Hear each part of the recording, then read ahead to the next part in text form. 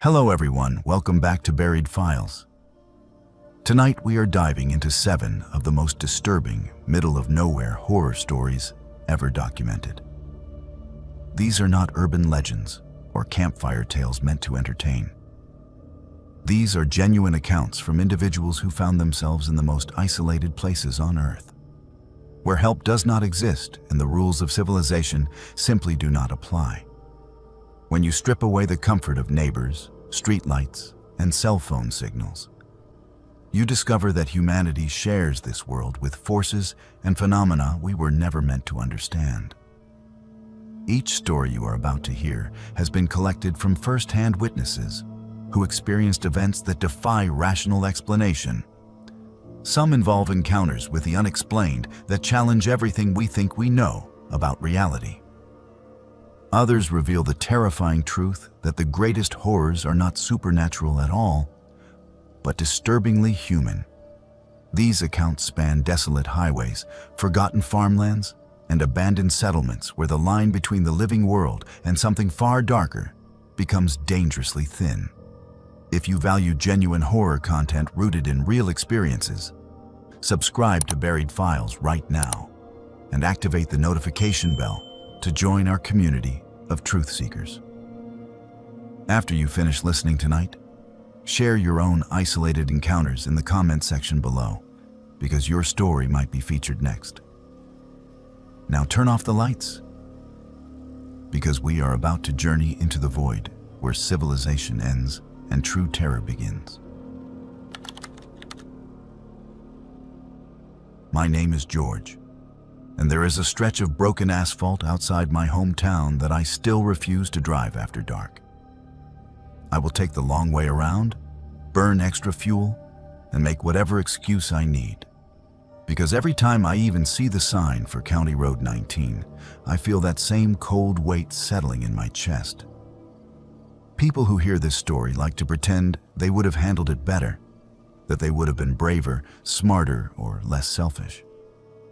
Maybe they would have. All I can tell you is what happened to us out there, in a place where there were no houses, no lights, and for a few minutes, not even the laws of the normal world. Back then, County Road 19 was just our teenage playground. It was where you went when you wanted to smoke without your parents smelling it, where couples parked to make out, where kids like us went to prove how fearless we were. The road ran between endless fields, broken only by a collapsed barn and a rusted-out silo that looked like it would fall over in the next strong storm. You could drive for miles without seeing another pair of headlights, and on clear nights, the stars looked close enough to touch. I had been watching horror content and listening to stories for years, the kind that make other people nervous about small towns and empty highways. It never bothered me. I told myself that horror was just entertainment, that those stories belonged to other people in other places. Where I lived, the scariest thing you usually saw was a deer jumping the fence in front of your truck. So when my friends suggested we go out there one summer night just to get away from everything, I did not hesitate. There were 4 of us in total. I was driving my old pickup, a dented blue thing that rattled if you pushed it above 60. Beside me sat my best friend, Mark, with his feet on the dashboard and a cigarette burning between his fingers. In the back were Tyler and Nate, half lost in the fog of cheap beer and the kind of jokes that only make sense when you are 17. The radio barely got reception that far out, but I kept it low, just enough to drown out the silence that always settles over those fields after midnight. We reached the old barn a little past 1 in the morning. It squatted in the distance like a broken tooth. Its roof collapsed on one side, its windows staring out at the road like empty sockets. We had parked there a dozen times before. Sometimes we would sneak inside and dare each other to climb the ladder to the loft, even though the boards looked ready to give way under a mouse, let alone a full-grown person. That night, we stayed in the truck. It was too hot and too still, and the darkness felt heavier than usual, like there was less space in the cab than there should have been. We killed the engine and let the night wash over us. Crickets screamed in the grass, and the occasional croak of a frog drifted from somewhere near the drainage ditch. A thin strip of moon hung low on the horizon, but it did not give much light, just a pale smear of silver behind the black silhouette of the barn. For a while, we just sat there and talked about nothing. Someone brought up a girl from school, someone else complained about work. It was normal, boring, safe. Then Tyler suggested we see how loud the truck's speakers would go with the doors open. It was stupid, but that was the kind of thing we did. I rolled my eyes, but I did it anyway, turning up the volume until the bass shook the seats and the lyrics blurred into noise. The sound spilled out into the empty fields, an artificial heartbeat pounding against the night. We did not see the lights at first. We felt them. The song cut out mid-chorus. No static, no fade, just silence. The dashboard flickered once, then went dark. The engine was already off, but now every little bit of electronic life in the truck died with it. The only illumination came from the weak dome light in the cab, and even that pulsed like it was struggling to stay alive. "Dude, what did you do?" Mark asked, reaching for the radio. He smacked it with the palm of his hand. Nothing. I turned the key in the ignition. The truck clicked once, a dry sound, and refused to turn over. For a few seconds, that was all it was. An electrical glitch. An old vehicle finally giving up after too many years of neglect. I swore under my breath and tried again.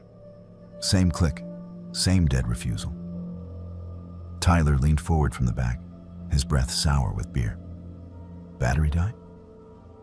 Before I could answer, Nate pointed past my shoulder. "What is that?"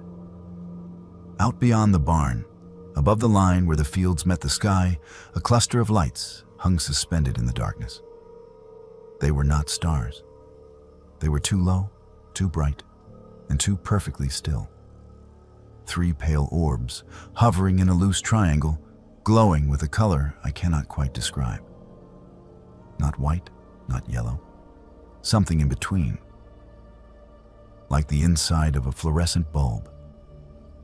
For a moment, none of us spoke. The crickets had gone silent.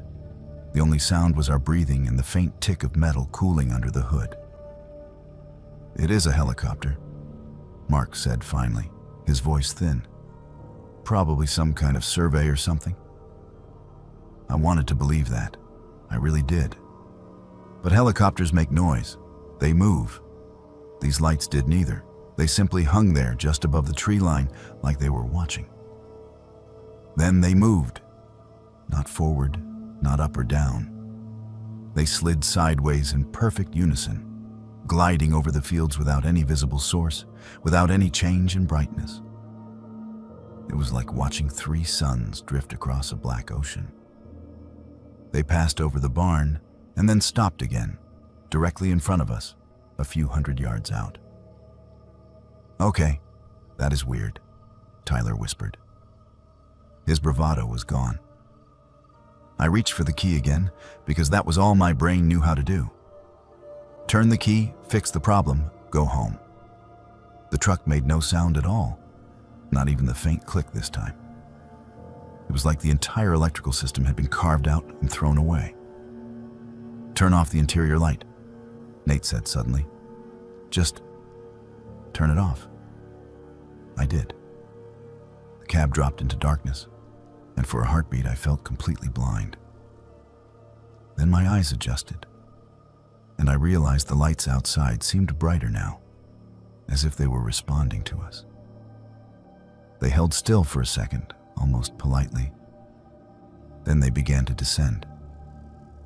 I remember the feeling in my stomach more than anything else. It was like cresting the top of a roller coaster right before the drop, except there was no wind, no movement, nothing to justify the sensation.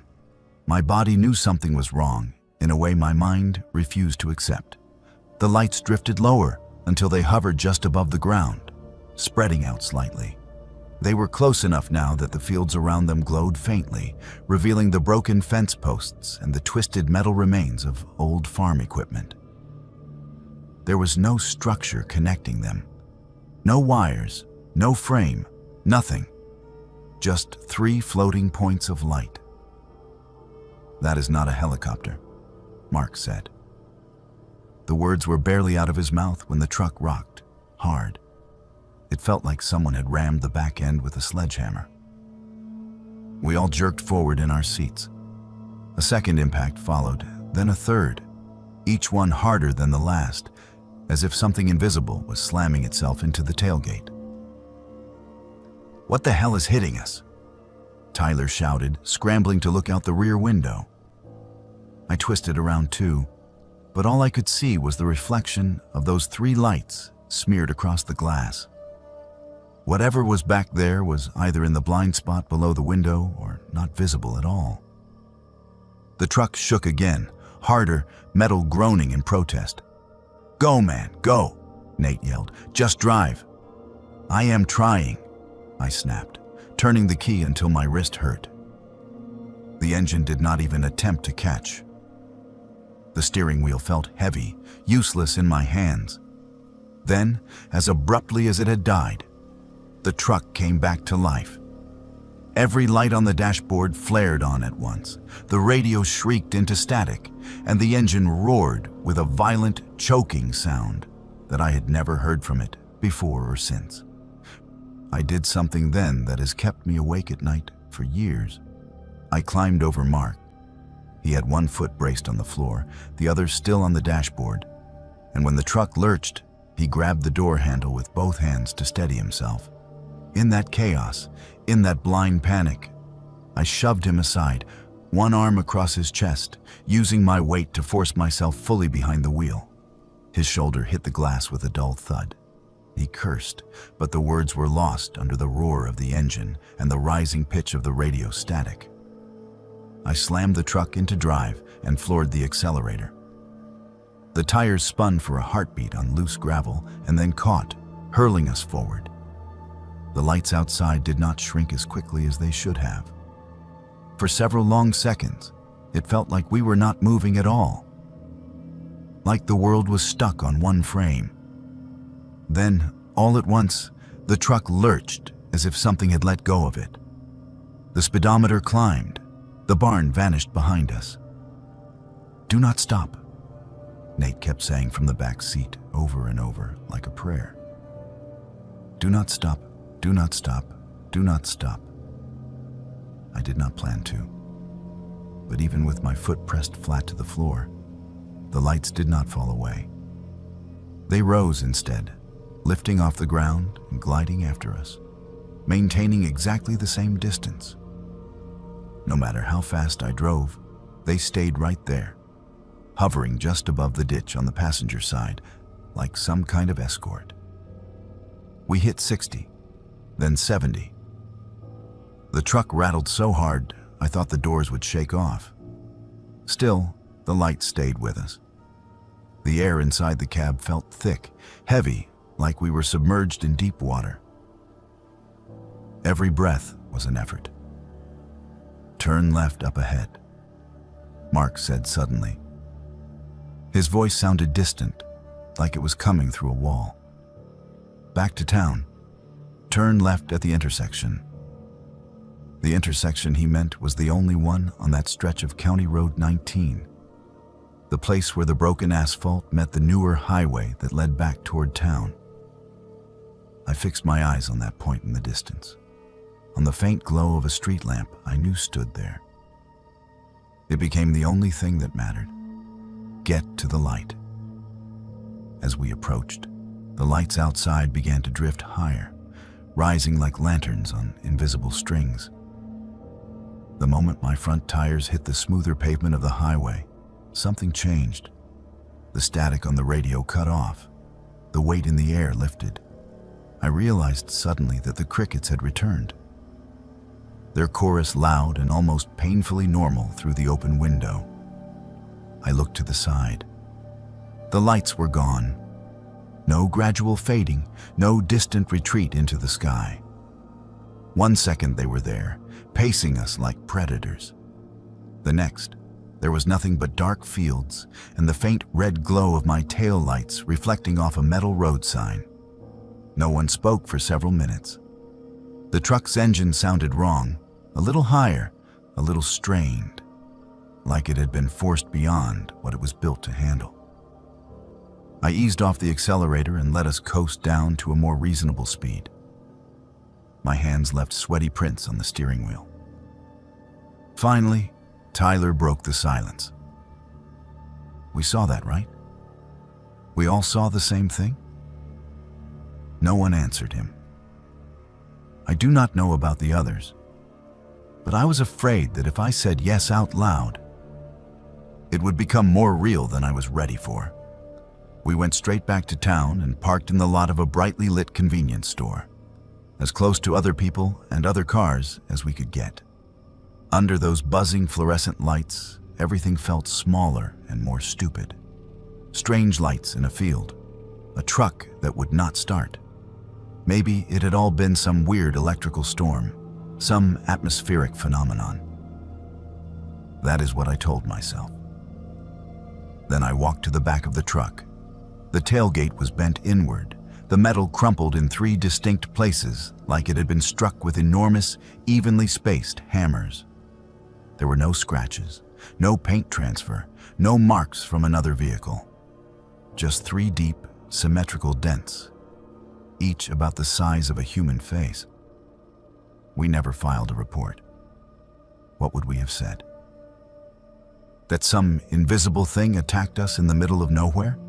That our old truck suddenly decided to die and then come back to life for no mechanical reason? That 3 lights followed us but left no trace? Instead, we told everyone that we had backed into a post out by the barn, drunk and stupid. People believed it because it was easier than the truth. We let them. A few months later, I stopped going out to County Road 19 entirely. I told myself it was because life got busier, because we all had jobs and responsibilities. That was only part of it. The real reason was that every time I even thought about turning down that road, my skin prickled and my vision filled with that unnatural glow hanging over the fields. Years passed. I moved away for a while. Life changed. I did not talk to Mark as much as I should have. There was always something else to do, some excuse to put off calling. The night I finally picked up the phone for real conversation, it was not him on the other end. It was someone else from back home, asking if I had seen the news. A car had been found abandoned on County Road 19, not far from the old barn. All 4 doors were standing open. The headlights were off. The keys were still in the ignition. The engine was cold. There were no signs of a struggle, no footprints leading away from the vehicle, and no indications that anyone had tried to walk back toward town. The driver and passengers were missing. When they described the location on the broadcast, they used a landmark I recognized immediately. Mile marker, old fence, the silhouette of a collapsed barn. My stomach turned to ice. It was almost exactly where we had parked that night. I tell myself that what happened to us and what happened to them are not related. That is the rational thing to believe, the safe thing. Strange lights in rural areas get reported all the time, and people go missing for countless reasons. The world is big enough for coincidences. That is what I repeat whenever the memory creeps in. But sometimes, when I am driving alone on some unfamiliar back road and the sky looks too empty, I feel it again. That weight in the air, that subtle pressure in my ears, that animal certainty that something is watching. When that happens, I roll the windows up, no matter how hot it is. I keep my hands firm on the wheel. And if I ever see 3 lights hovering over the fields again, I am not going to stop long enough to give them a second look. because whatever was out there on County Road 19 is still part of my life, whether I like it or not. It lives in the dents we had to pound out of the tailgate, in the silence that fell between me and my friends after that night, in the news stories that pop up from time to time about abandoned cars and vanished drivers. It lives in the way my voice still shakes when I tell this story. Even now, you can tell yourself it was a trick of the eyes, a glitch, a teenage exaggeration. You can decide that I am lying, or that I left out some important detail that would make everything make sense. Believe whatever helps you sleep. Just remember one thing the next time you find yourself on a deserted road with no other headlights in sight. Sometimes, when the world is dark enough and empty enough, something else notices. And if it decides to come closer, there may not be a highway nearby to save you. My name is Isabella, and I used to think the scariest thing about the countryside was how boring it could be. When you grow up surrounded by endless fields instead of city lights, you convince yourself that horror belongs to other places. Dark alleys, crowded trains, crumbling old buildings and big towns. Not to cornfields and dusty roads and old women telling stories on creaking porches. You tell yourself that nothing truly dangerous lives out there. Not really. At least, that is what I told myself right up until the night I learned that the land itself can listen. I grew up on a small farm tucked so far off the main road that most maps ignored it. Our house sat like a little white island in a sea of corn. In every direction, rows of tall stalks stretched out farther than you could see, broken only by a windmill, a rusted water tank, and a leaning scarecrow with a hat that kept blowing away. At night, when the wind moved through the fields, it did not sound like rustling plants. It sounded like whispering, soft, continuous, and just quiet enough that you could pretend it was nothing if you tried hard enough. My grandmother lived with us, and she never pretended. She was the kind of woman who carried old fears the way other people carried heirlooms. She had a story for every strange sound, every misplaced object, every small accident that might make someone else laugh. When the floor creaked, she said the house was stretching its bones. When the dogs barked at nothing, she said something unseen was passing along the road. And when the wind rose at dusk and the fields began their constant hiss of dry leaves, she would sit a little straighter and look out the window as if listening for words inside the noise. There are places you do not treat like they are yours, she told me once when I was 12, her fingers wrapped around a chipped mug of tea. Fields, woods, riverbanks, some places belong to things older than fences and deeds. You walk through them, but you do not own them. And you do not call out your name after dark, not out there. I laughed at her then. I tried to hide it, but she saw the smirk and narrowed her eyes. "You think I am trying to scare you?" she said. "I am not. I am trying to keep you whole. The field listens. You give it your full name, and it keeps it. That is all it needs." "Who taught you that?" I asked, still half amused. She stared past me, out toward the corn, where the last light of the setting sun was turning the stalks into a wall of black teeth. "Some things you do not need to be taught twice," she said. "It only takes one mistake." It became one of her rules after that. No full names in the fields after sundown. If she heard me or my younger cousin shouting anything more than a nickname, she would call us back with such urgency that we obeyed without thinking. I did not believe her, not really, but I respected the edge in her voice. Old people are allowed their rituals. The summer I turned 16, my cousin came to stay with us for a few weeks. His name was Liam, and he was the kind of 13-year-old boy who treated every rule like a personal insult. To him, the farm was an enormous playground full of opportunities to test his courage. To me, it was just home. I had learned where the holes in the fences were, which corners of the field stayed muddy even in drought, and how to tell when a thunderstorm was rolling in just by the way the air tasted. On the day it happened, the heat sat over the land like a weight. Even the flies seemed too tired to buzz. We spent most of the afternoon moving slowly from shade to shade, waiting for the sun to dip low enough that the air did not feel like soup.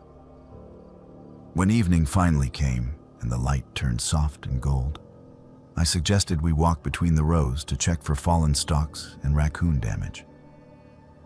It was a chore, but it felt less like work and more like an excuse to move without melting. We stepped into the field as the sky slid from orange to purple. The corn was at full height, taller than both of us, and once you were a few rows in, the house disappeared completely. The world narrowed to a path of packed dirt and the close, dry rustle of leaves brushing your shoulders. The smell of earth and green things was heavy, almost comforting. Liam ran ahead, kicking clods of dirt, making sound effects like he was in some kind of movie. I trailed behind, brushing the leaves aside, checking for broken stalks, grateful for the shade. The air between the rows was cooler, denser. You could hear your own footsteps like they were happening in another room. "Hey, Isa," he called over his shoulder, his voice bouncing oddly through the plants. "What is that thing Grandma said about names?" "Do not say your full name out here after dark," I replied automatically. "She thinks the field remembers it." "That is so dumb," he said immediately. "It is just corn." "What is it going to do, call us later?" "Just do not yell it," I said. "She will hear you somehow, and then I get the lecture too." He turned it into a game right away, the way kids do. He started whispering my name, stretching it out, making fun of the seriousness in my tone. "Isabella," he hissed, dragging his fingers across the leaves like he was writing the syllables on them. "Cut it out," I said, unable to keep a small smile from tugging at my mouth. "Seriously?" "Fine," he said. "Then I will just say mine." He tipped his head back and shouted his full name into the sky, every syllable sharp and clear. The sound flew up and over the corn, into the twilight. It rang longer than it should have, stretching out like the field itself had decided to carry it a little farther. "Liam, stop it," I snapped. Harsher this time. "The neighbors will hear you." "We do not have neighbors," he laughed, not close enough to care. He shouted his name again, louder. The echo came back, but it was wrong. The sound that returned was thicker, slower somehow, as if it had been dragged through something on the way back. It was like listening to a recording played on a dying battery. I told myself it was just the way the sound bounced between the rows, but my arms prickled with goosebumps despite the heat. The wind had died completely. The leaves no longer moved unless we touched them. "Did you hear that?" I asked. "Hear what?" he said, grinning like he knew exactly what I meant and did not want to admit it. "Nothing," I muttered. "Come on, we need to head back." Instead, he sprinted deeper into the field, his sneakers thumping on the packed dirt.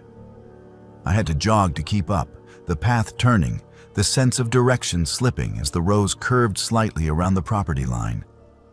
It was easy to get turned around in there, but I still felt confident. I had walked those paths 1,000 times. We reached a clearing of sorts where the rows widened around a shallow depression in the ground. My father said it had once been a pond before they drained it. The soil there always seemed darker, richer, and the corn grew taller. It also felt quieter, like a pocket of stillness where the outside world had trouble reaching. Liam stopped in the center and raised his arms dramatically. "Ladies and gentlemen," he announced, "I will now anger the eldritch corn gods." "Shut up," I said, but I was laughing a little again. Fear and amusement kept trading places inside my chest. He shouted his name one more time, louder than before, putting every bit of his voice into it. The sound climbed up and out, echoing in jagged fragments between the rows. Then something answered. It started as a repeat, the way echoes do. But halfway through his name, the tone changed. The last syllable came back slower, elongated, and much deeper, like someone older and much larger was trying the word on for size. My heart stumbled. Liam's grin faltered. "You heard that?" I said quietly. He nodded once, his eyes slightly wider. But before we could move, the voice came again. This time there was no pretense of echo. It came from somewhere ahead of us, deeper in the corn. It said his name, clearly, calmly, in a voice that did not belong to anyone I knew. It was not quite human. The cadence was wrong, the emphasis off, like someone speaking a language they almost understood. Leaves rustled in front of us, even though there was no wind. The narrow path seemed to open between the rows, stalks bending aside as if something was moving through them without touching the ground. The dirt at our feet trembled, very slightly. "Run," I whispered. Liam did not. His face had gone slack, his eyes fixed on the dark corridor opening in front of us. "Did you hear that?" he murmured. "It knows my name." The voice said it again, closer now. The sound crawled under my skin. It was deeper still, almost pleased. There was a texture to it, like something wet being dragged over dry stone. I grabbed his arm and tried to pull him backward, but his body resisted, leaning just enough toward that opening that I had to use both hands. The corn around us loomed taller, the leaves suddenly sharp against my bare arms, leaving thin scratches. "Liam, we are going back," I said, forcing my voice to stay steady. "Now, I am not playing anymore." He turned his head slightly, and for a second I saw something unfamiliar in his expression. Not defiance, not fear. Something like curiosity, but thinner, stretched tight over something else. "She said the field listens," he said. "Maybe it is just listening." The voice spoke again, but this time it did not say his name. It said something else in a language I did not recognize, a string of sounds that made my teeth ache. At the same moment, the corn on either side of the path shivered violently, as if invisible hands had brushed them all at once. Every instinct in my body went from nervous to screaming. I yanked on his arm with everything I had.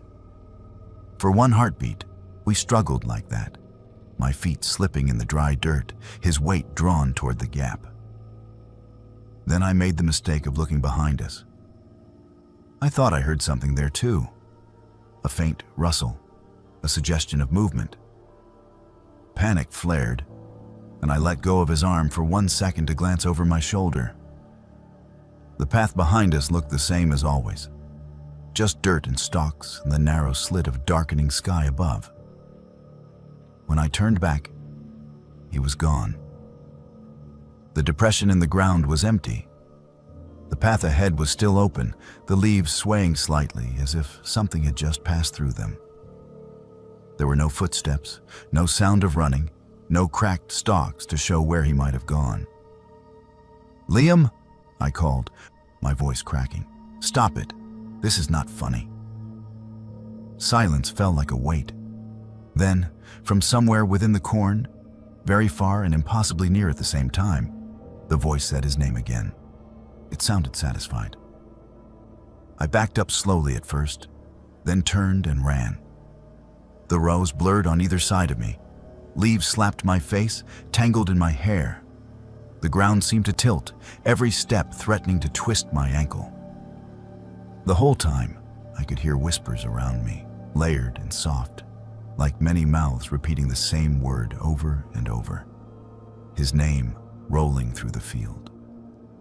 By the time I burst out into the open yard by the house, my lungs were burning and my arms were crisscrossed with thin, red scratches shaped like tiny fingers. My grandmother was on the porch, already halfway down the steps, her face pale and tight. "Where is he?" she demanded. I opened my mouth to answer and realized I did not have one. Not one that made sense anyway. He was there, and then he was not. The field opened, and then it closed. Something called him, and he listened. Search parties combed the property all night. Men with flashlights and dogs walked every row. They found nothing. No torn clothes, no blood, no sign of a struggle. It was as if the earth itself had swallowed him whole. The police asked questions. Did he run away? Did he talk about leaving? Did anyone have a reason to hurt him? I answered honestly. But none of it mattered. Without evidence, all they had was a boy who walked into a field and did not walk out. My grandmother did not go into the corn again after that. She watched it from the window, her mouth set in a thin line, like someone staring at a longtime neighbor who had finally shown its teeth. When people came by with sympathy and casseroles, she accepted both. But when they whispered that it must have been an accident or a kidnapping, she simply shook her head. "It took him," she said to me once when we were alone. "I told you. It listens." Over the next weeks, I started to hear him. The first time was at dusk, and the sky was the same purple as the night it happened. I stood on the porch, hugging myself against the cool air, and the wind began to move through the corn. The whispering rose, just like always. But beneath it, I heard his voice. Faint, stretched thin, as though it had to travel a long way to reach me. He called my name once, then his own. Like he was trying to remind me who he was, I froze. The sound came from deep within the field, from nowhere I could point to. Just a thin line of words riding on the wind. After that, it became a pattern. At the exact time the sun disappeared, I would hear him. Sometimes he called my name. Sometimes he just repeated his own, over and over, the way he had done that night before everything changed. Other times, he tried to say more, but the words broke apart at the edges, eaten by the hiss of the leaves. I never called back. I wanted to. Every part of me ached to answer. To run into the field and drag him home, to prove that the rules could be undone.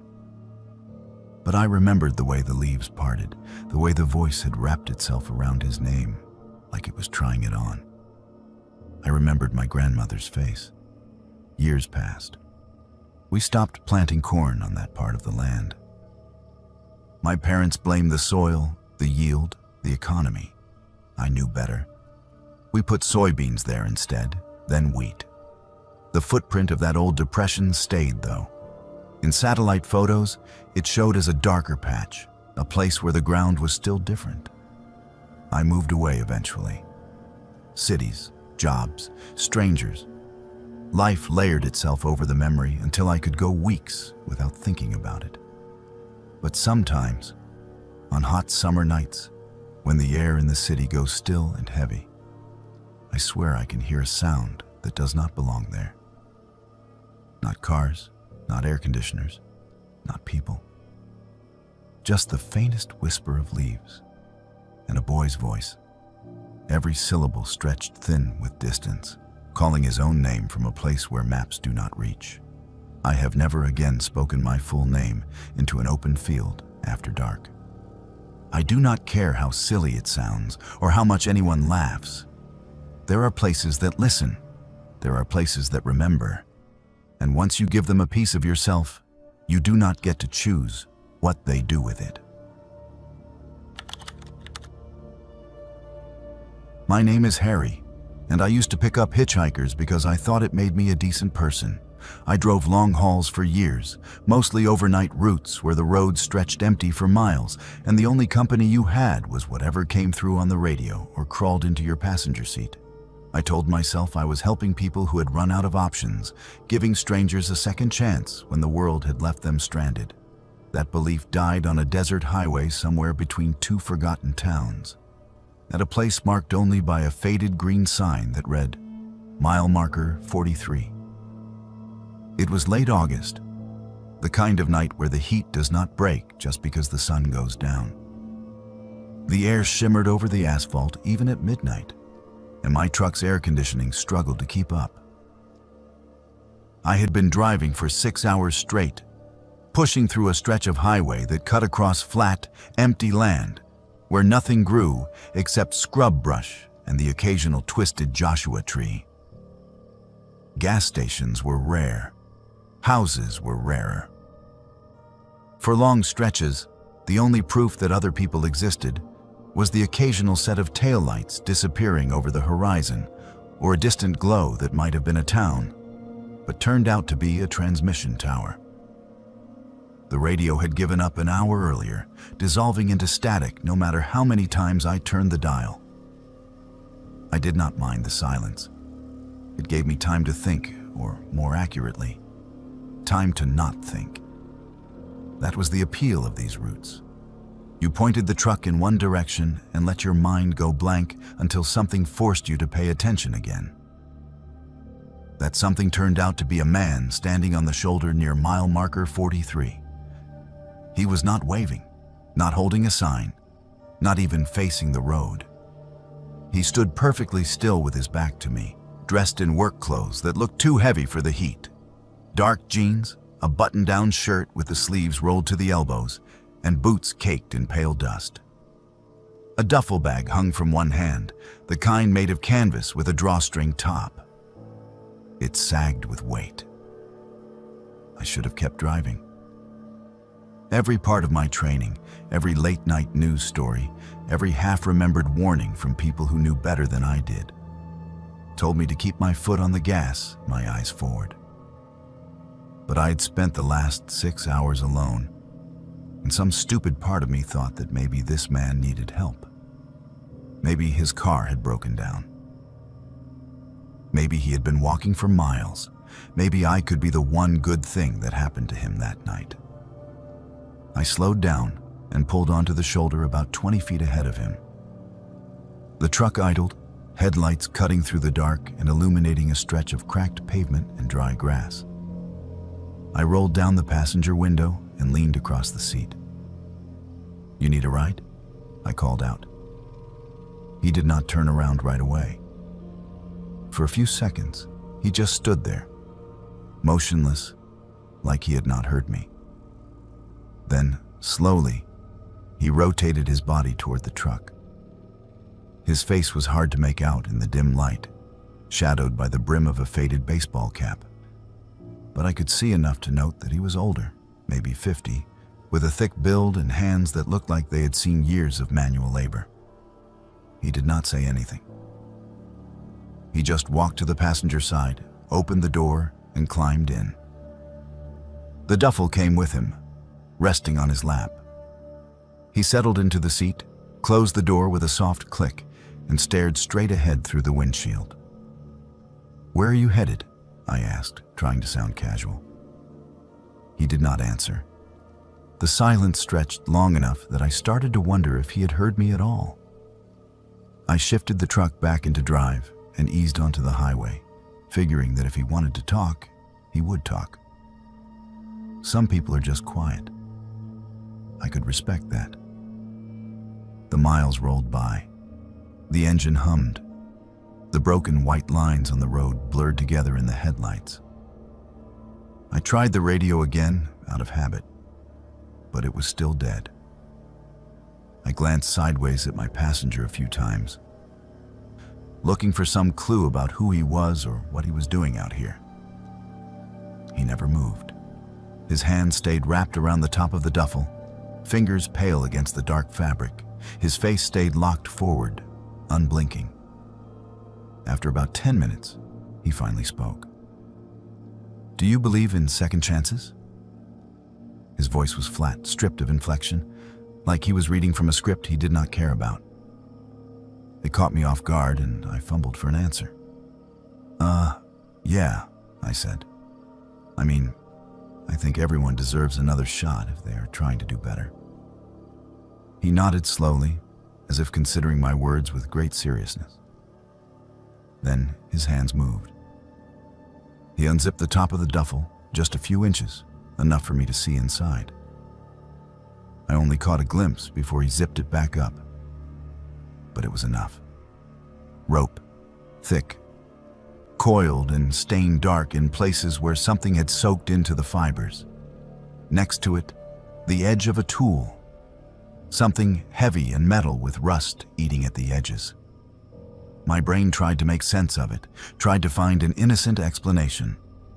But my hands tightened on the steering wheel and my pulse kicked into a higher gear. "What is that for?" I asked, keeping my voice as even as I could. He looked at me for the first time since getting in the truck. His eyes were flat, empty in a way that made my stomach turn over. "Messes," he said. "Out here you can dig without anyone asking why. You can fix things that should not have happened. People judge what they find without knowing what came first, the pain or the act. Do you understand?" I did not. Or maybe I did, and that was worse. My mouth went dry. Every instinct I had screamed at me to pull over, to shove him out, to do something. But we were still in the middle of nowhere, miles from the last town and miles from the next. If I stopped here, I would be alone with him in the dark. If he decided I was a problem, there would be no one to hear me, no one to find me, until days later, when another driver noticed the abandoned truck. "Where exactly do you need to go?" I asked, trying to keep my voice from shaking. He leaned back in his seat, one hand still resting on the duffel. "There's a turnoff about 5 miles ahead. Dirt road, no sign. You will see it if you are paying attention. I left something unfinished out there. You can help me finish it." "I am running low on gas," I lied. "I need to stay on the main highway or I will not make it to the next station." His expression did not change, but something shifted in the air between us. The easy stillness became something heavier, more deliberate. "You are not low on gas," he said quietly. "I can see the gauge from here." My heart hammered. I pressed down on the accelerator just slightly, trying to make it look natural. The truck sped up. The white lines came faster. In the distance, maybe 10 miles out, I could see a faint glow on the horizon. A rest stop, a gas station, something with lights and other people. It became the only thing that mattered. "I really think I should stay on the main road," I said, louder now, abandoning the pretense of calm. "I have a schedule. People are expecting me." He watched me for a long moment, then reached into his jacket. My entire body went rigid. I was sure he was pulling a weapon, sure that the next few seconds would decide whether I lived or died. Instead, he pulled out a folded piece of paper, old and stained, and placed it on the dashboard. "This is where it is," he said. "If you do not take me, I will find another ride. But it would be easier with you. You seem like someone who understands mistakes." I did not look at the paper. I kept my eyes locked on that distant glow, willing it to get closer, faster. The man shifted in his seat, and I felt something press lightly against my ribs. Not hard, just a suggestion of pressure, a reminder that he was close enough to hurt me if he wanted to. "You are making this harder than it needs to be," he said. His voice had not changed. It was still flat, still calm. But underneath it, I could hear something fraying at the edges. "I am not taking you off this highway," I said. and my voice cracked on the last word. For a long, terrible moment, he said nothing. Then he leaned back again, the pressure disappearing from my side. He folded his hands over the duffel and stared out the windshield like he was watching something I could not see. "You missed your turn," he said softly. The glow ahead resolved into shapes. A rest stop, one building, a few scattered lights, and a single semi-truck parked near the far edge of the lot. It was not much, but it was enough. I swung into the lot without signaling, tires crunching over gravel, and laid on the horn. The sound split the night. The man did not react. He sat perfectly still as I brought the truck to a hard stop near the building. Headlights aimed at the glass doors.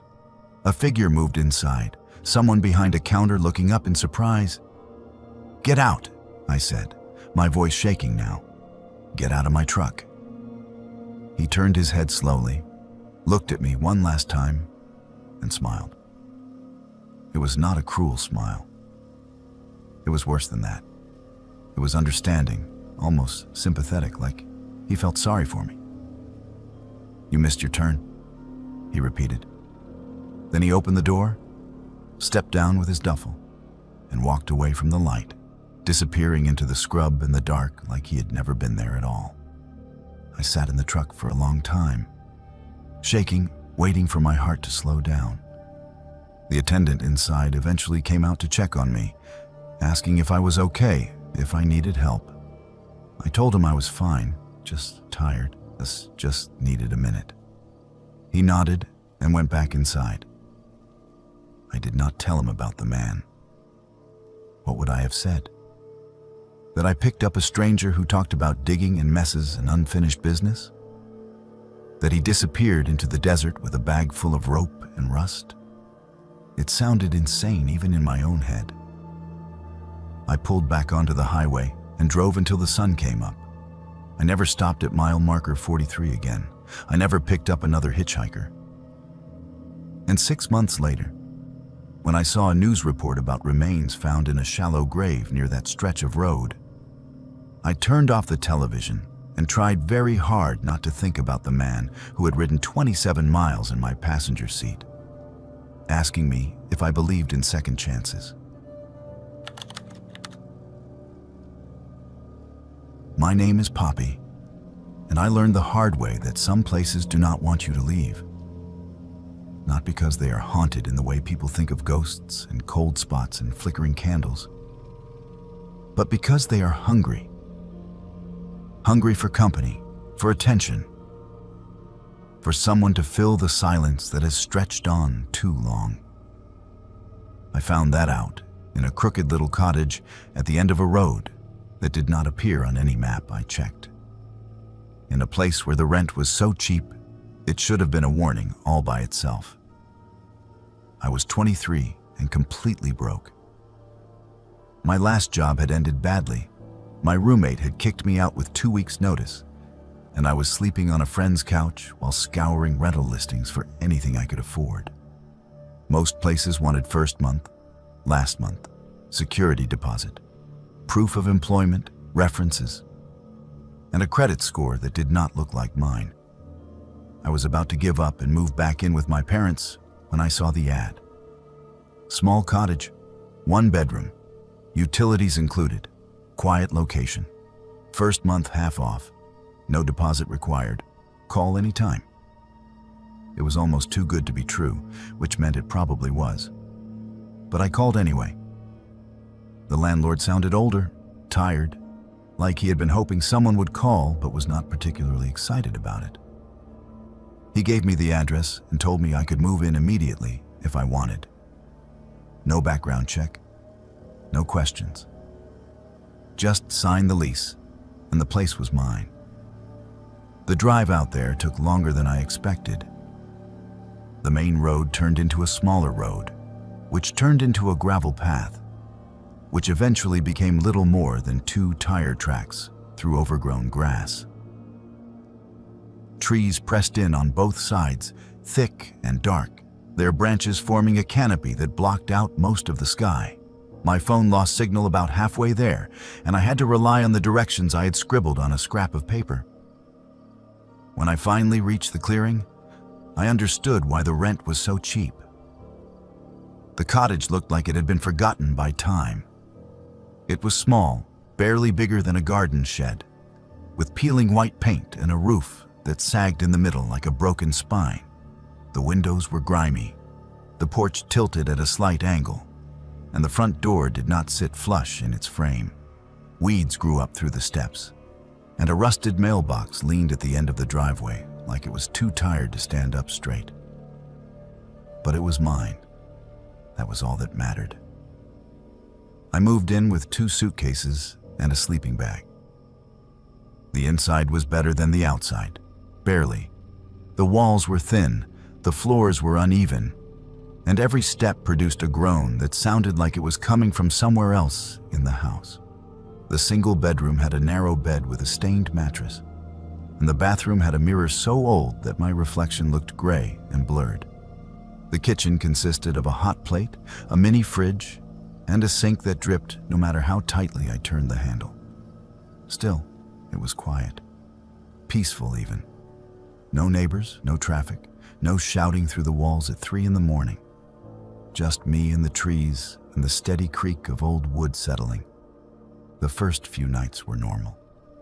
I unpacked, cleaned as much as I could, and tried to make the place feel like home. I noticed small things that seemed off, like doors that would not stay closed unless I wedged something under them, or the way the floorboards would groan on the opposite side of the room from where I was standing. I chalked it up to an old house doing old house things. Then I started talking to myself. I have always done that. When you live alone, it helps fill the silence. Little comments about the weather, complaints about how cold it was at night, muttered curses when I stubbed my toe on the corner of the bed. Harmless. Normal. Except the house started talking back. The first time it happened, I was in the kitchen making tea. I said something out loud, something like, "God, it is freezing in here," just filling the air with sound. And from somewhere in the walls, I heard a soft rustling, like paper being crumpled, followed by a faint whisper that might have been words. I froze, tea kettle in hand, listening. The sound faded. I told myself it was pipes, wind, the house settling. But it happened again the next night. I complained about the draft coming through the window, and I heard that same rustling sound, followed by a low murmur that seemed to move through the walls. This time it was closer, almost like someone was standing just on the other side of the plaster, trying to respond, but not quite able to form the words. I tested it. I stood in the middle of the living room and said, "If something is here, knock twice." Silence. Then, from the bedroom, 2 slow, deliberate knocks. My skin went cold. I walked to the bedroom door, which I had left open, and found it closed. I did not remember closing it. I opened it slowly, half expecting to see someone standing inside. But the room was empty. The knocks had come from the far wall, the one that faced the outside, where there was nothing but trees and darkness. I should have left then, packed my things, called the landlord, driven back to the city, and dealt with the couch and the shame and whatever else came with admitting I could not handle being alone. But I did not. Because, as strange as it was, as unsettling as those knocks and whispers were, they made the isolation feel less crushing. For the first time in weeks, I did not feel completely alone. So I kept talking. I told the house about my day, about the job interview I had coming up, about how much I hated the cold. And the house listened. Sometimes it responded with soft sounds in the walls. Sometimes it knocked. Once, I found the word "stay" written in the condensation on the bathroom mirror, traced in shaky letters like a child had drawn it with their fingertip. I told myself it was fine. It was just a quirk of the place, something to laugh about later. But the responses grew bolder. When I said I was lonely, the bedroom door slammed shut so hard the frame shook. When I muttered that I felt trapped, every cabinet in the kitchen flew open at once, the doors banging against the walls in unison. The breaking point came when I said, half joking, half serious, "I feel like this place is keeping me here." The bedroom door, which I had wedged open with a chair, slammed shut. The chair skidded across the floor and fell over. From inside the walls, I heard a chorus of whispers, overlapping and urgent, repeating the same word over and over, mine. I started packing immediately. I did not care about the lease, the deposit I did not pay, or the consequences. I threw clothes into my suitcase, grabbed my phone charger, and headed for the front door. It would not open. The handle turned, the lock clicked, but the door stayed shut like it had been nailed from the outside. I tried the windows. They would not budge. I tried the back door. Same thing. Every exit was sealed. Panic set in. I grabbed a chair and swung it at the living room window. The glass did not break. It did not even crack. The chair bounced back, nearly hitting me in the face. I screamed, pounding on the door, kicking at the frame, begging for it to let me out. The whispers grew louder, filling the house, coming from every direction at once. They were not angry. They were pleading, desperate, like the house itself was afraid of being empty again. I do not remember falling asleep, but I woke up on the floor in the middle of the living room. My packed suitcase sat beside the front door, which was now standing wide open. Morning light spilled across the porch. The whispers were gone. I did not wait to see if the door would close again. I grabbed my things and ran. I threw everything into my car, started the engine, and drove without looking back. The trees seemed to close in behind me as I left, branches scraping the roof, like the road itself did not want me to go. When I called the landlord later to tell him I was not coming back, he sighed like he had heard it all before. "How long did you last?" he asked. 3 weeks, I said. "That is longer than most," he replied. "The house does not like to be alone. Items left behind tend to disappear before the next tenant arrives. It is like the place does not want to share." I never went back for the things I left. A few books, some kitchen supplies, a jacket I liked. I told myself they were not worth it. But sometimes, late at night when I am alone in my new apartment, I hear a faint rustling in the walls. And once, just once, I found a message written in the steam on my bathroom mirror. It said, "Come back." I moved again 2 weeks later. I do not talk to myself anymore. And I will never, ever rent a place that cheap again. Because some houses do not just want tenants, they want someone to keep. And if you are not careful, you might be exactly what they have been waiting for. My name is Arthur, and this story is not about what happened in the middle of nowhere. It is about what refuses to stay there. People think the worst part of guilt is the memory, the moment that plays over and over in your head until you can recite every detail like a script. But that is not the worst part. The worst part is when the memory starts showing up in places it should not be. In cities far from where it happened, in rooms where snow never falls, in the corner of your vision when you are certain you are alone. The worst part is when you realize that some debts follow you no matter how far you run. When I was 25, I took a job with a road crew working on a remote stretch of highway up north. It was seasonal work, the kind that paid well because nobody else wanted to do it. We stayed in a cabin that the company kept for workers, miles from the nearest town, accessible only by a single unpaved road that turned into a nightmare when the snow came. The cabin was bare bones. 2 bedrooms, a wood stove, a generator that coughed and sputtered every time you tried to use it, and walls so thin you could hear the wind scraping across the roof like fingernails on wood. There were 2 of us assigned to that posting. Me and a guy named Miller. He was older, maybe 40, with the kind of face that looked like it had been carved out of stone and left unfinished. He did not talk much, which suited me fine. We worked our shifts, ate in silence, and spent our evenings on opposite sides of the cabin. Him reading old paperbacks and me listening to static-filled radio stations that faded in and out depending on the weather. It should have been simple. Get through the winter, collect the paycheck, move on. But isolation does things to people. It strips away the parts of you that know how to be civil, how to share space, how to swallow your frustration when someone leaves the door open too long or uses the last of the coffee without mentioning it. Small irritations become arguments. Arguments become something worse. The night it happened, we had been snowed in for 3 days.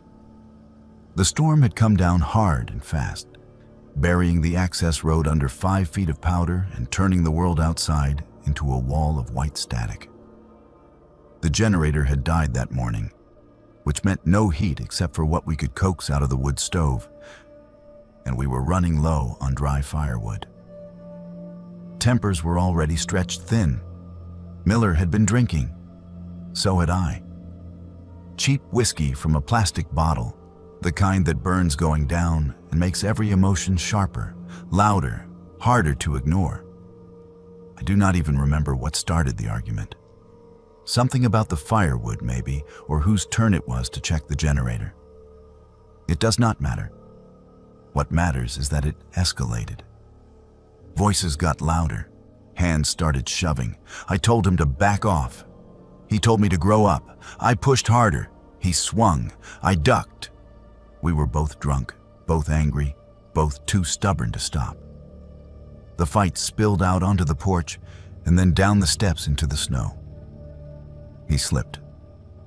I saw it happen in slow motion, the way his boot caught the edge of the icy step, the way his arms pinwheeled trying to catch his balance.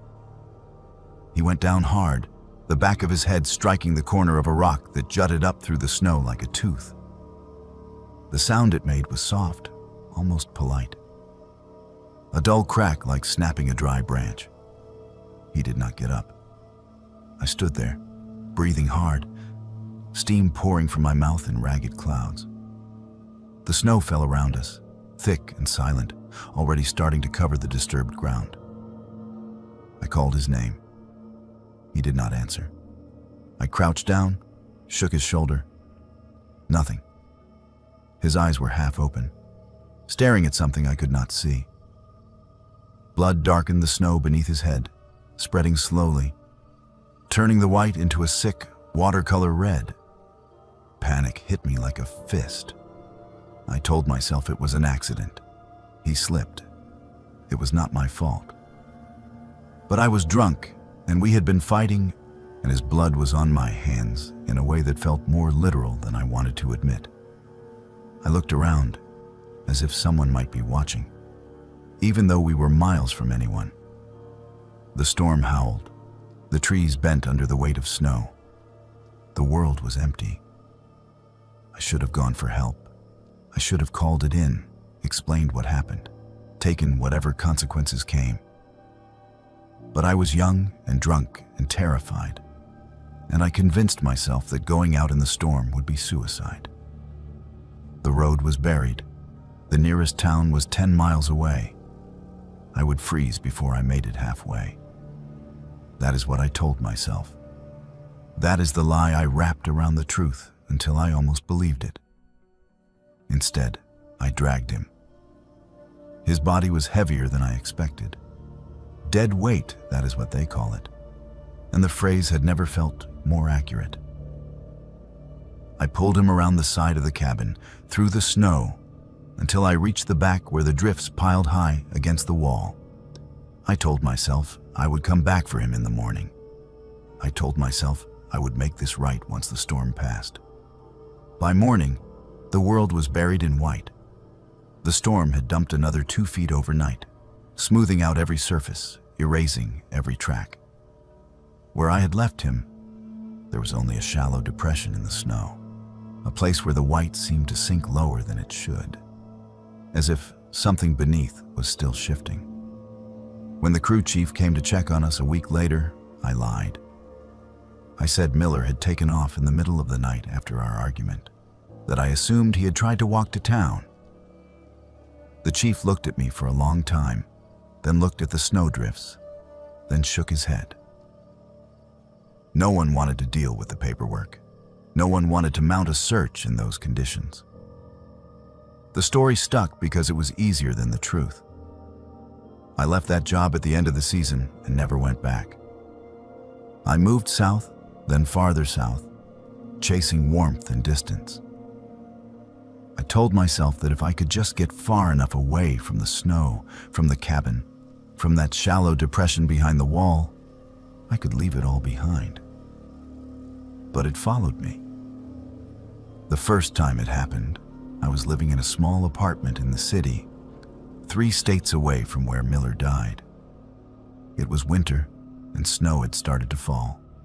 The kind of light, harmless flurries that melt as soon as they hit the ground.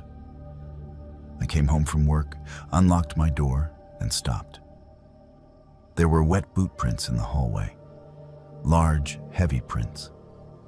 The kind left by work boots caked in slush. They led from the front door to my bedroom and then stopped, as if someone had walked in, stood by my bed, and then vanished. I lived alone. The door had been locked. There was no snow in the stairwell, no trail leading up from outside. Just those prints, drying slowly on the hardwood, filling the apartment with the smell of wet leather and cold air. I told myself I had tracked them in earlier and forgotten. But I had not worn boots that day. I had not been anywhere near snow. The prints appeared again a month later, and then again. Always on nights when it snowed, always leading to my bedroom. Once, I woke in the middle of the night to the sound of footsteps pacing in the hallway outside my door. Slow, heavy, deliberate. The rhythm was familiar. It was the same way Miller used to walk when he was restless, when he could not sleep and would stomp around the cabin trying to shake off the cold. I moved again, this time to a place where it never snowed, where the temperature stayed above 70 even in January. I thought that would be the end of it. No snow, no footprints, no reminders. I was wrong. I woke one night to find my bedroom filled with mist. Thick, gray, and cold enough that I could see my breath. It smelled like pine trees and gasoline, the exact smell of the cabin.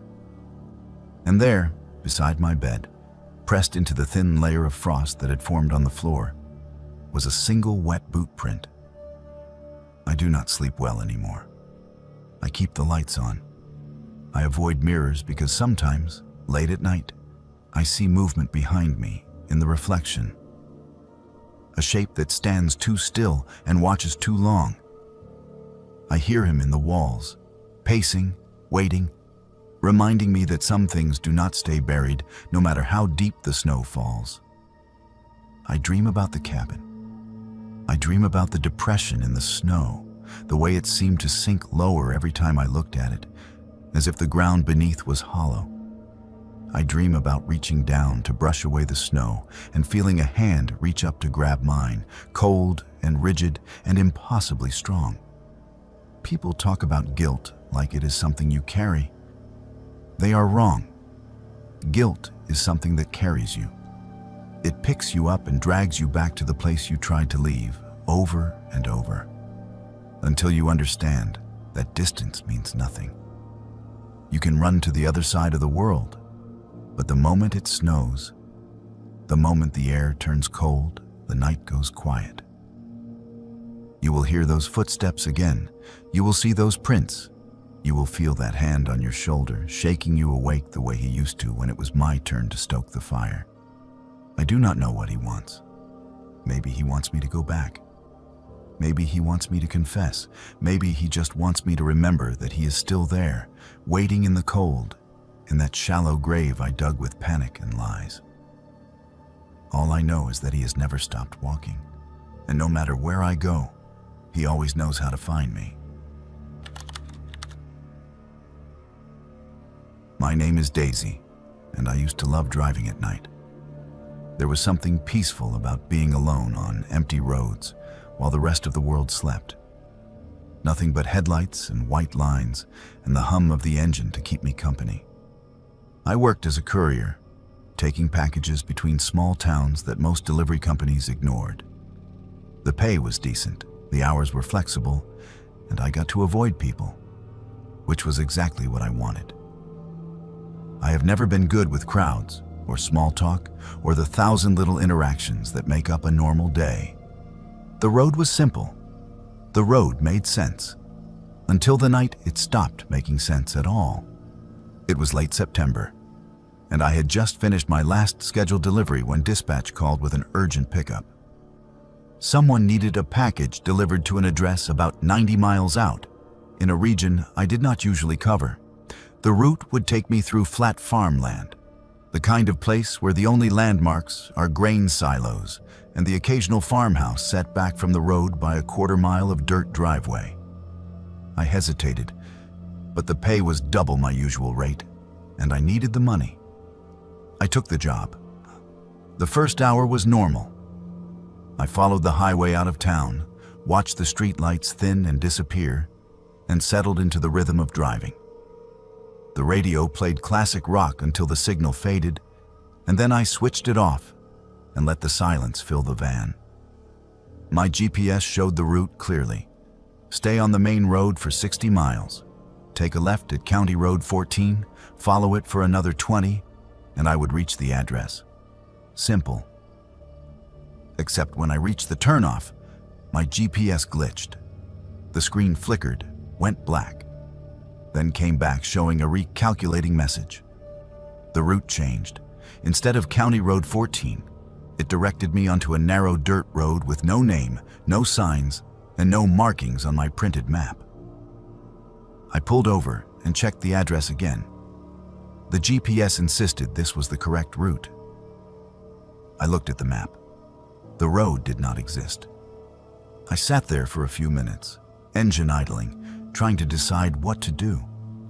I could turn around, call dispatch, and tell them I could not find the place. But that would mean losing the extra pay, and I hated the idea of failing at something so simple. The dirt road stretched out in front of me, pale and empty under the moonlight. It did not look dangerous.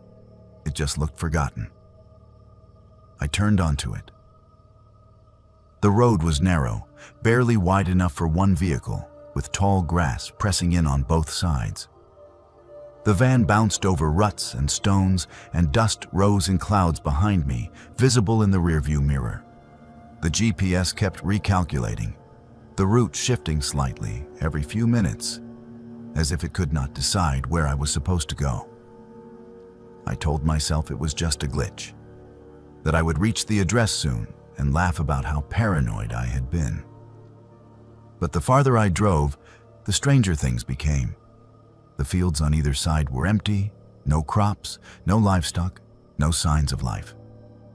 The air smelled wrong, flat and stale, like it had been sitting still for too long. I passed a leaning fence post, then another, and realized they were the only things breaking up the endless stretch of dead grass. There were no farmhouses. No lights in the distance, no other roads branching off. Just the single dirt track stretching forward into darkness. Then I noticed the light in my rearview mirror. It was high, far too high to be headlights from another car. It hung in the air behind me, a single bright point that looked almost like a star, except it was too low and too steady. I slowed down, thinking maybe it was a helicopter or some kind of tower light I had not noticed before. The light slowed with me, maintaining the exact same distance. I sped up. The light sped up. I slowed again. It slowed. It was following me. My hands tightened on the wheel. I tried to tell myself it was just another vehicle, someone else lost on this strange road. But no headlights looked like that. No vehicle moved like that, perfectly smooth, without bouncing or swaying. It just hung there, glowing, watching. I decided to pull over. If it was another driver, they could pass. If it was something else, well, at least I would know. I eased the van onto the shoulder, put it in park, and waited. The light stopped too, hovering at the same distance, maybe 100 yards back. It did not move forward. It did not turn. It just waited. I opened the door and stepped out, my legs stiff from sitting too long. The night was silent. No insects, no wind, no distant hum of traffic. Just a heavy, oppressive quiet that pressed against my ears. I looked behind me, shielding my eyes from the glare of the light. There was no road there. The dirt track I had been driving on simply ended, giving way to an open field of unbroken grass. My tire tracks faded into nothing, as if I had driven off the edge of the world.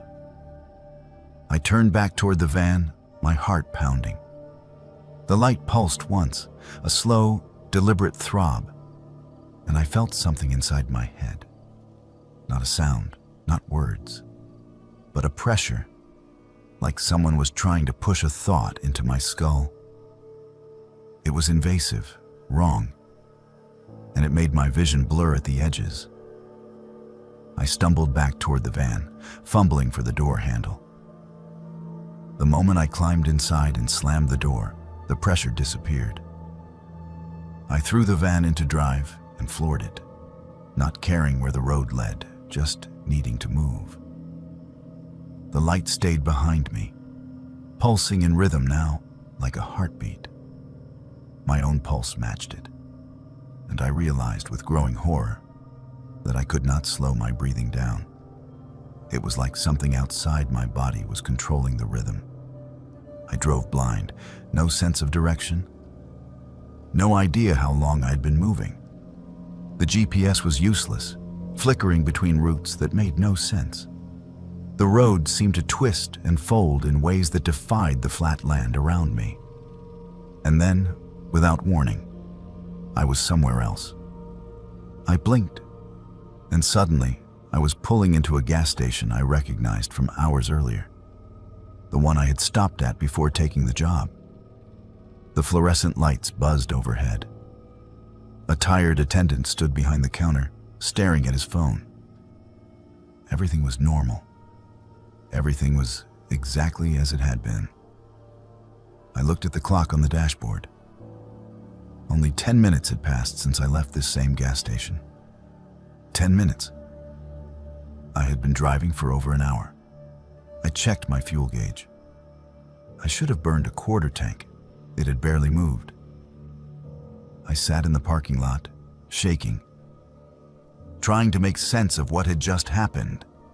I pulled up the dash cam footage, the one I always kept running for insurance purposes. I rewound to the moment I turned onto the dirt road. The video showed me driving on the highway, and then it cut to static. Thick, rolling static that hissed and crackled for several minutes. Then it jumped forward to me pulling into the gas station, panicked and sweating, with no record of the road, the light, or anything in between. I quit the courier job the next day. I told dispatch I was moving, changing careers. Whatever excuse sounded believable. I did not tell them about the road, or the light, or the missing time. Who would believe me? I barely believed it myself. But it did not end there. A week later, my phone rang in the middle of the night. I did not recognize the number. I answered anyway, half asleep, and heard nothing but silence on the other end. No breathing, no static, just an empty line. I was about to hang up when I heard it. A low, rhythmic hum, steady and hypnotic, matching the pulse of the light I had seen in the rearview mirror. I hung up immediately and blocked the number. It called again the next night, and the night after that. Always at the same time, always the same hum. I stopped answering. But the calls kept coming, weeks turning into months, and now I do not even need to pick up to hear it. Sometimes, late at night when the world is quiet and I am alone in my apartment, I can feel that pressure again, pushing at the inside of my skull, trying to make me remember something I do not want to remember. I have tried researching the road. I looked at satellite images, old maps, county records. There is no dirt road where I turned. There is only forest and empty fields, unbroken for miles. The GPS route I followed does not exist. The address I was supposed to deliver to was never real. I do not know what I drove into that night. I do not know what followed me or why it let me go. But I know it is not finished with me. I can feel it sometimes, late at night when I am driving alone and the road gets too empty. I can feel it watching from somewhere just out of sight, waiting for the moment I make a wrong turn, when the GPS glitches again and suggests a road that should not be there. And when that happens, when I see that dirt path stretching out into darkness and my phone starts to ring with that same pulsing hum, I know I will have a choice to make. I can keep driving forward, pretending I do not see it, hoping it will leave me alone. Or I can turn onto that road again and find out what it wants. I do not think I will like the answer. But part of me, the part that felt that pressure inside my head and heard that hum in my heartbeat, knows that eventually I will not have a choice. It is waiting for me. And one day, when the world is dark enough and empty enough, I will find myself on that road again, with no memory of how I got there and no way to turn back. That is the thing about the middle of nowhere. It does not stay in one place. It moves, it follows, and when it finds you, it does not let go. My name is Rosie, and I once drove until I ran out of anger and gas, ending up in a town that may or may not have really been there. I know how that sounds. I know it sounds like exhaustion, like a breakdown, like something my mind invented to cope with the fight I was running from. Maybe it was.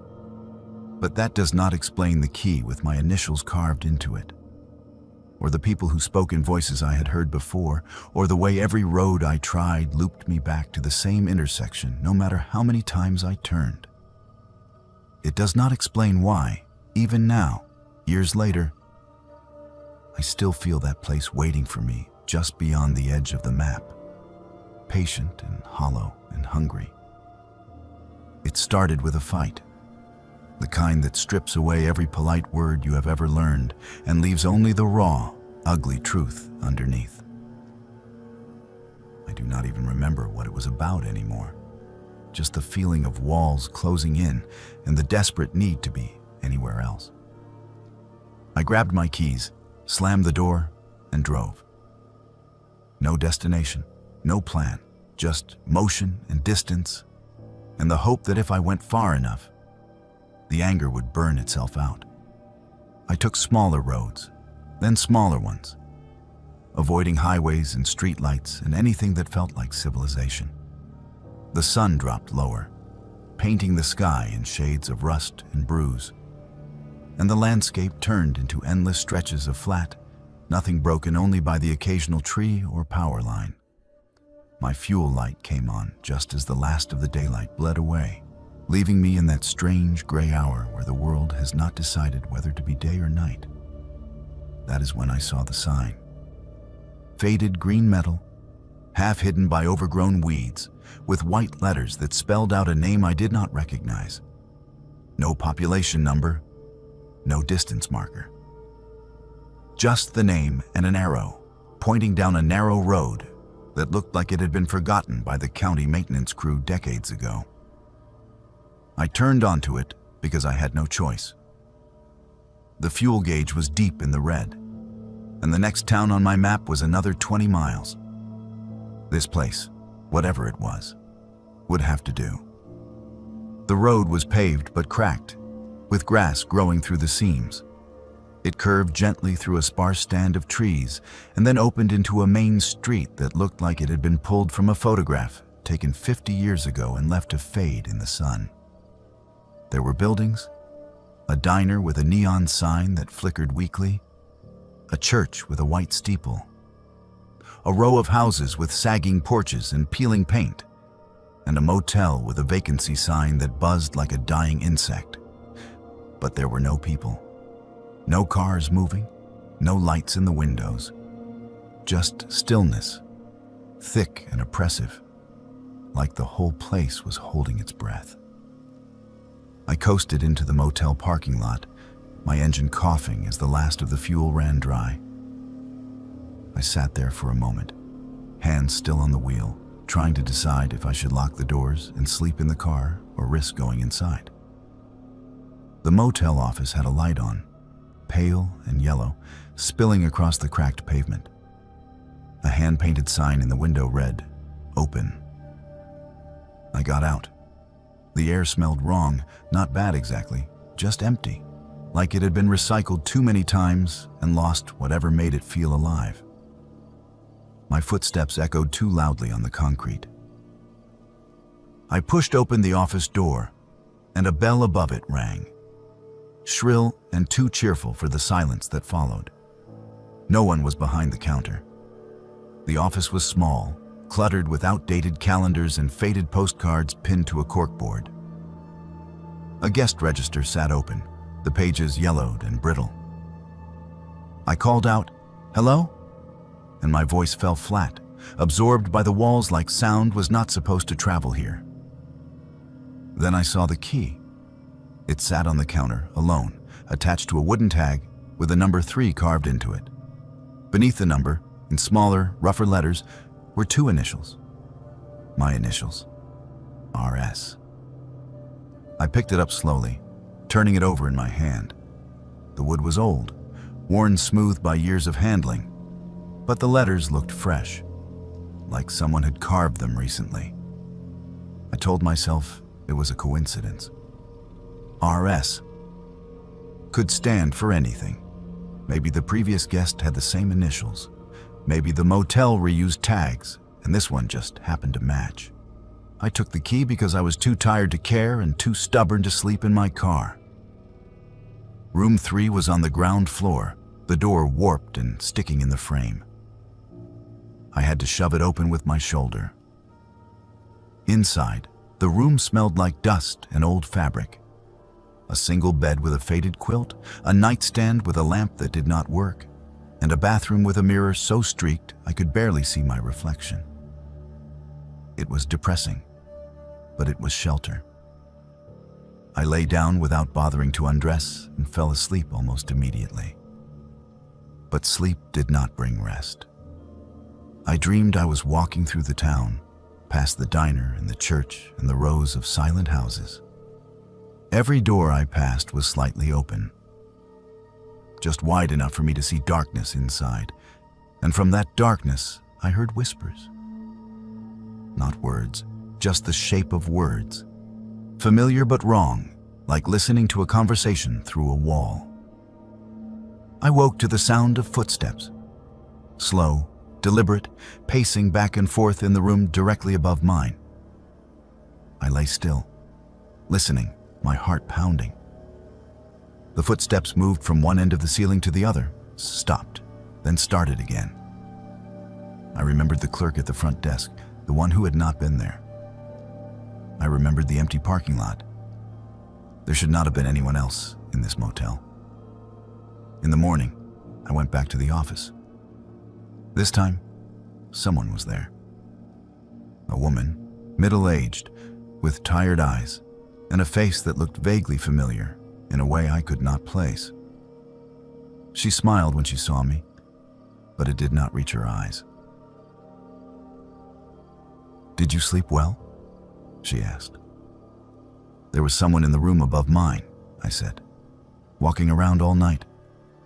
Her smile did not change. "You are the only guest."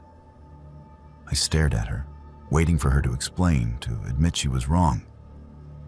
But she just stood there, patient and blank, like she was waiting for me to accept something I did not want to understand. I left the office and walked into town.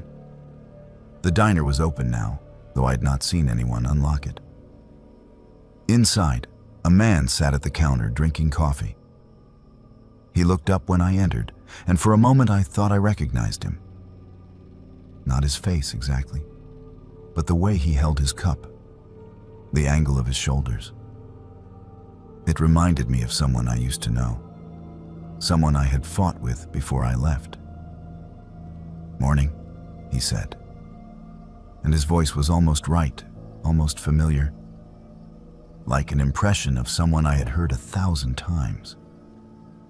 I ordered coffee I did not want and sat by the window. Outside, the street was still empty, but now I noticed details I had missed the night before. A porch swing moving gently back and forth, even though there was no wind. A newspaper on a stoop with a date from 3 years ago.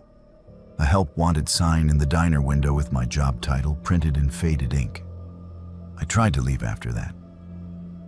I walked back to my car, determined to push it if I had to. But when I turned the key, the engine started. The fuel gauge showed a quarter tank, even though I had run completely dry the night before. I did not question it. I just drove. But every road I took brought me back. Left turn, right turn, straight through the intersection, it did not matter. Within minutes, I would find myself passing the motel again, the church again, the diner again, like the town was a loop I could not escape. I stopped at the four-way intersection in the center of town and screamed. No one came, no one answered. The buildings stared back at me, patient and indifferent. That is when the woman from the diner appeared beside my car. I had not seen her approach. She was just there, standing close enough to touch the window, her lips moving without sound. But I heard her anyway, not with my ears, but inside my head, clear and soft and terrifying. Some people drive here because they cannot bear who they are anywhere else. If you stay long enough, you will forget the road that led you in. I drove straight at the intersection, ignoring the sense of repetition, ignoring the way the same landmarks passed by again and again. I focused on the feeling of motion, on the hum of the engine, on anything that felt real. And then, suddenly, I was somewhere else. A busy highway, horns blaring, headlights flashing past me. I was back in the world. I pulled over and sat on the shoulder, shaking, crying, not entirely sure if I had imagined everything or if I'd somehow escaped something that should not have let me go. Later, I tried to find the town on a map. I searched online, checked atlases, called the county office. No one had heard of it. The road I remembered turning onto did not exist. Satellite images showed only forest and empty fields where the town should have been. According to every official record, I had driven through nothing. But I know it was there. I still have the key. It sits in a drawer in my apartment, the wood warm to the touch, no matter how cold the room gets. The initials carved deep and permanent. And sometimes, late at night when I am angry or scared or desperate to run, I feel the pull. I feel that hollow town waiting for me, just beyond the next wrong turn, with a vacant room and a key already marked with my name. I do not drive when I feel that way anymore. I stay home. I turn on every light.